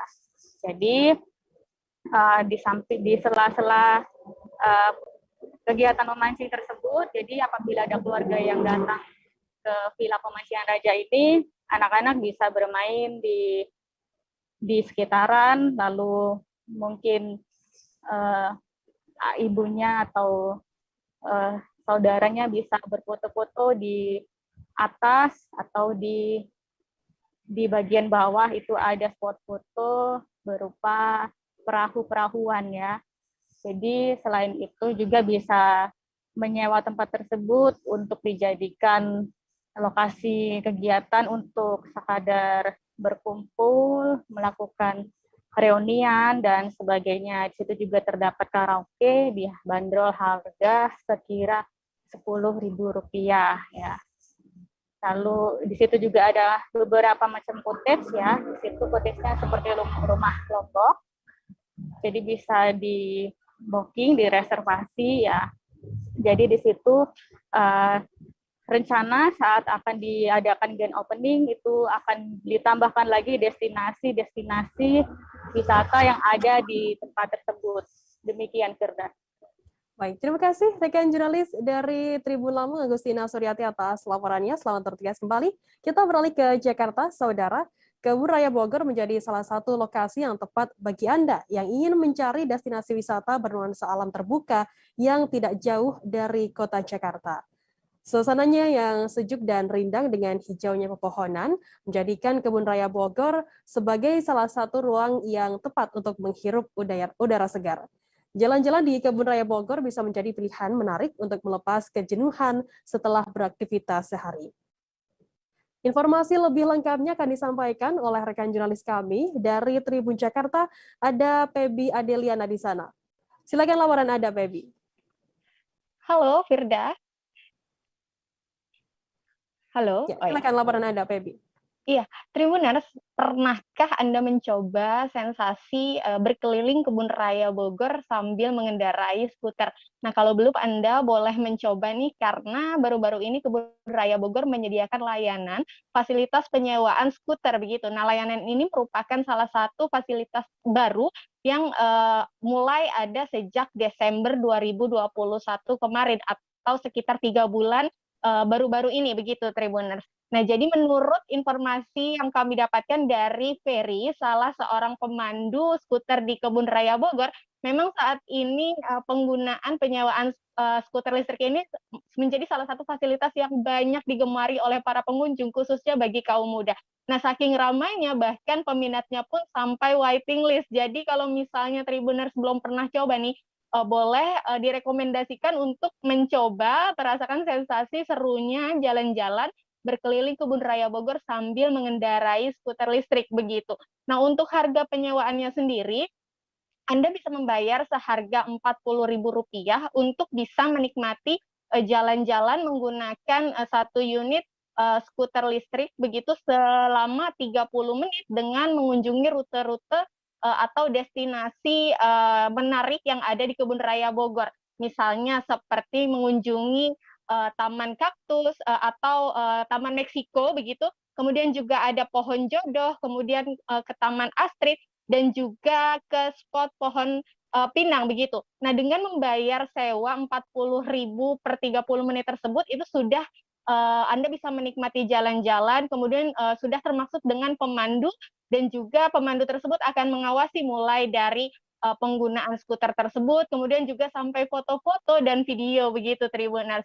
Nah, jadi kalau Anda tertarik nih, Anda bisa datang langsung ke Kebun Raya Bogor, kemudian menyewa di shelter yang disediakan. Namun memang dibutuhkan kehati-hatian bagi Anda yang belum pernah mencoba rasanya mengendarai skuter listrik, karena memang selain dibutuhkan keseimbangan, kontrolnya juga terletak pada pedal gas yang ada di samping kanan stang skuter tersebut begitu, Tribuners. Nah, menurut wawancara kami dengan tim pemandu, memang ada beberapa hal yang harus diperhatikan dalam penyewaan skuter listrik ini. Salah satunya direkomendasikan untuk pengguna atau orang yang sudah bisa mengendarai sepeda motor begitu.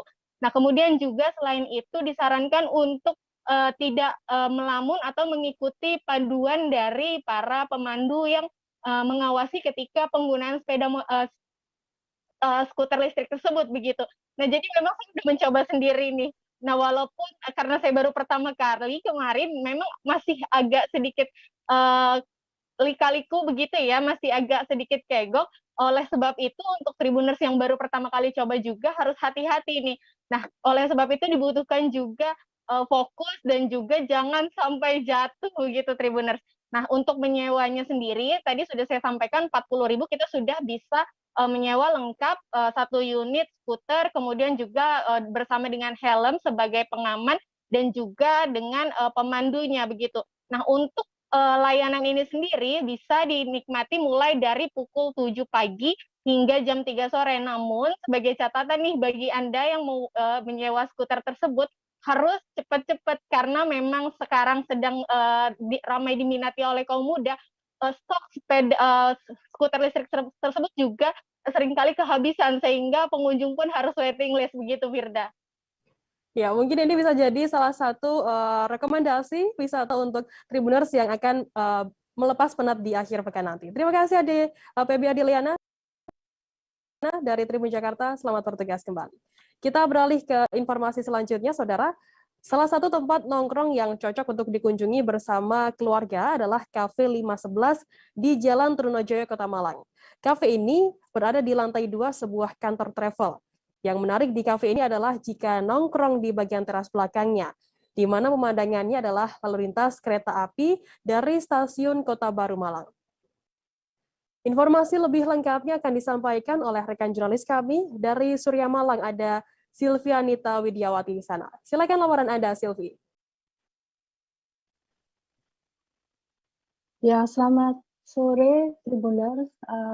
Hari ini saya akan melaporkan tentang sebuah kafe di Kota Malang, namanya Cafe 511. Keunikan kafe ini adalah berada di lantai 2 dan sederet dengan stasiun Kota Baru Malang. Jadi kalau menunggu senja sambil nongkrong di tempat ini, bisa melihat kereta api yang melintas dan bisa melihatnya sampai melewati di kafe tersebut. Banyak orang tua yang mengajak anak-anaknya untuk berkunjung ke kafe ini selain anak muda. Dari suasananya juga sangat menyenangkan dan bisa memilih di bagian teras belakang untuk datang ke kafe tersebut.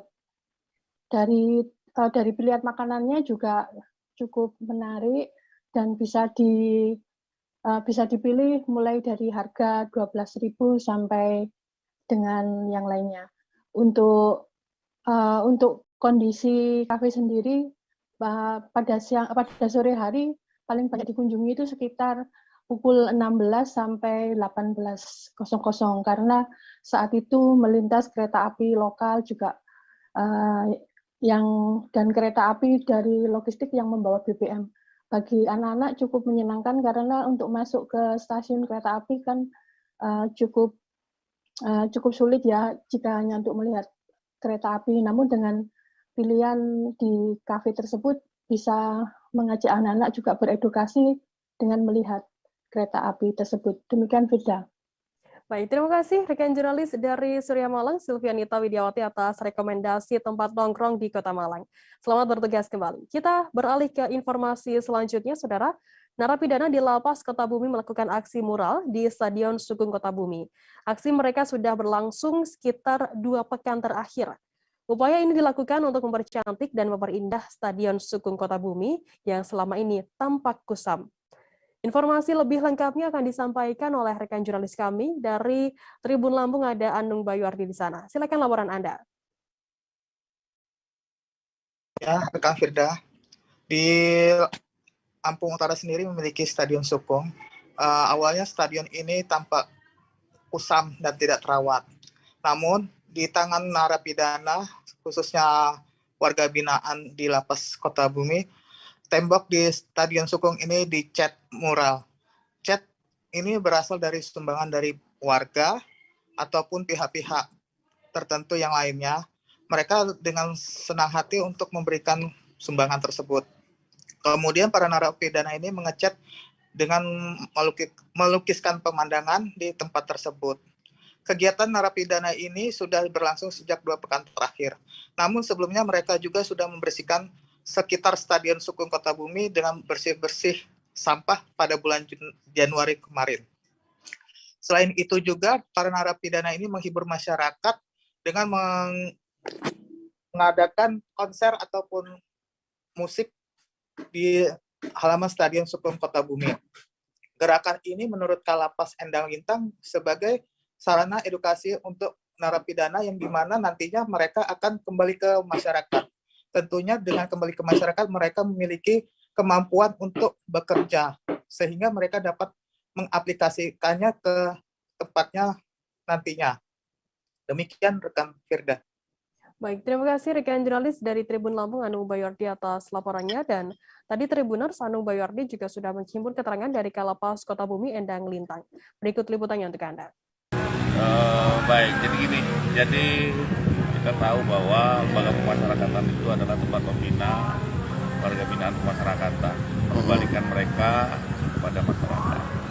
Nah, kita dalam rangka pembinaan ini kita sudah melakukan pembinaan terhadap mereka, dan mereka sudah mempunyai keahlian-keahlian yang keahlian-keahlian ini sekarang kita ingin Lapas Kota Bumi ini menjadi lapas pertama kali untuk mendorong lapas itu go public. Jadi lapas sekarang keluar menyentuh masyarakat. Nah, sekarang ini kita lihat, kita juga sudah main musik di sini. Kita lihat GOR stadion ini memang sepertinya perlu sentuhan. Oleh karena itu, alhamdulillah banyak masyarakat yang peduli dengan menyumbang cat, menyumbang ini. Nah, makanya cat dan yang diberikan oleh masyarakat ini kita buatkan mural di sini, lukisan-lukisan agar supaya stadion ini menjadi indah. Karena stadion ini, Stadion Lampung Utara ini tempat masyarakat berkumpul. Tribuners, informasi tadi sekaligus menutup perjumpaan kita dalam live update hari ini. Jangan lupa saksikan terus live update di seluruh kanal YouTube dan Facebook Tribun Network. Masih di tengah pandemi, Tribuners, kami terus mengingatkan Anda untuk selalu menerapkan protokol kesehatan dimanapun Anda berada. Saya Firdana, mewakili kru petugas, pamit undur diri. Terima kasih dan sampai jumpa. Jangan lupa like, subscribe, dan share ya!